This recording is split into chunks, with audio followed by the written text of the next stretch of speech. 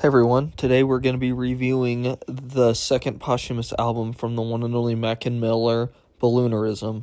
Now, to talk about Mac Miller is to talk about a very interesting artist, an artist who touched a lot of people's hearts in his very short lifetime, sadly.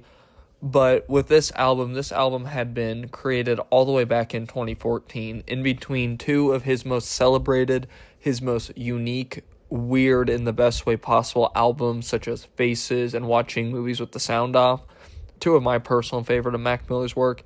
So when I saw that this album was announced that it was going to be released, a part of me was incredibly excited. And when it comes to posthumous albums, usually I'm very vocal on not being a fan, just because we've had so many bad ones. And while the first posthumous album released by Mac Miller, Circles, was very good, and from what I remember, it had mostly been completed before his tragic death, and it just needed a little bit of polishing beforehand, which is why that album turns out to be one of his greatest albums, in my opinion, and definitely one of his most celebrated. A little part of me was a little skeptical about this album, not because I didn't think Mac Miller had the talent or the skill, or that he didn't put his full care into this album, especially considering the time period it would have been from. It was why it hadn't been released, which, despite being a pretty big Mac Miller fan, I didn't actually know the reason, which what I found out was because the album was considered a little too experimental, so the label didn't really want him to release it. So finding out the album was basically done as well, with a little bit of touch-ups, I believe, from Thundercat, who appears all throughout this album, which I'm all for. I was super hyped for it, very much excited for it, as we lost a very great artist, very young, and he had so much to say, so much he does, and a lot of his lyricism and just, impact on it is still being felt and is finding new meaning the more years pass. But just to start with, which was the first single from the album, $5 Pony Rides, which I absolutely love. I love this song from its instrumentation, from his melodic kind of almost singing in this neo-soul style, where I see definitely what this album and this song specifically would influence later on. The song definitely talks about escapism. It's involving a woman in it, and the song is so fun. I enjoyed it a lot, and that just further strengthened my support of this album. And then you have just a lot of really great songs, such as Funny Papers, which I believe is one of the more fan-favorite songs from it. Just beautiful. It's just stellar bass and piano. It's probably one of the most beautiful, produced songs from Mac Miller I've ever heard, just on every aspect, from production to his poetic lyricism that is shockingly foretelling of what would eventually happen. I really like this concept he's talking about in the song about these stages of life, from being a baby to these more of a downward spiral later on. It's very just poetic, very abstract, and I'm all for it. Friendly Hallucinations, I very much am into this jazz rap style it has, with these very dark and atmospheric keys. It plays very well, along with his very funny and absurdist humor thrown throughout it. Do You Have a Destination is another great example of why Thundercat's bass playing is amazing.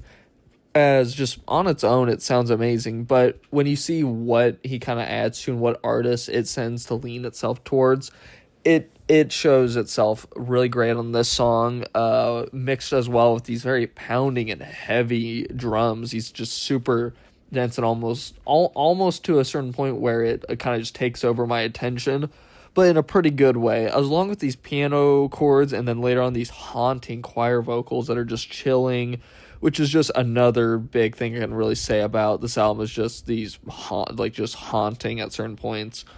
Such as also songs like Deborah Downer, which, as you can tell by the word downer, it's definitely talking about drugs, being drugged out, but not bragging about it being party like some of Mac Miller's early raps. Definitely, I think one of my favorite songs of the album was definitely Stoned.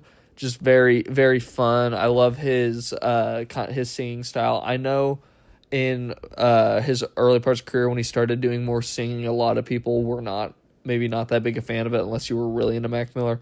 I was really into it, so it was very great to hear it on here as well. It definitely reminds me of some of his latter albums he would do, like on Swimming, and a little bit on Circles, but mostly on what he would do on Swimming. Just very good to see. I sadly think the weakest song from the album was Transformations. Now, while I by no means think it's a bad song, and on its own, it's not bad, it just sadly kind of feels like a outlier, whether it be the lyricism necessarily, not holding up the strongest, the feature from his alter ego, Delusional Thomas, not coming on as strong. It just kind of sadly sticks out, and not for the best reasons. But another example of just amazing production on the album is DJ's organ chord, which just has this amazing like organ chord just throughout the song. The production and instrumentation is very strong. And then you have the soul feature and almost like I guess verse on the album, on the song, sorry, from SZA, which, consider that this was recorded all the way back around 2014. It's amazing how good it is. Super happy with how this album turned out. It really gave me everything I kind of wanted on that. Even though like Transformations was not the strongest song, I very much enjoyed it. So many good songs on here, whether it be Funny Papers, $5 Pony Rights, Stone, Friendly Hallucinations. You have a Destination, the super abstract and experimental DJ's organ chord. Even more songs on the album, but I absolutely enjoyed this album, and I think this is the proper way to handle an artist's legacy when it comes to these posthumous albums compared to a lot of the others where they're just releasing whatever they can find. Very happy, and shout out to Mac Miller's family for not really compromising on what Mac Miller's vision was and really making sure everything was as close to it as what Mac Miller would have wanted. And for that, I'm feeling an 8 on this album. Let me know what you thought about it, and I'll see you all in the next one.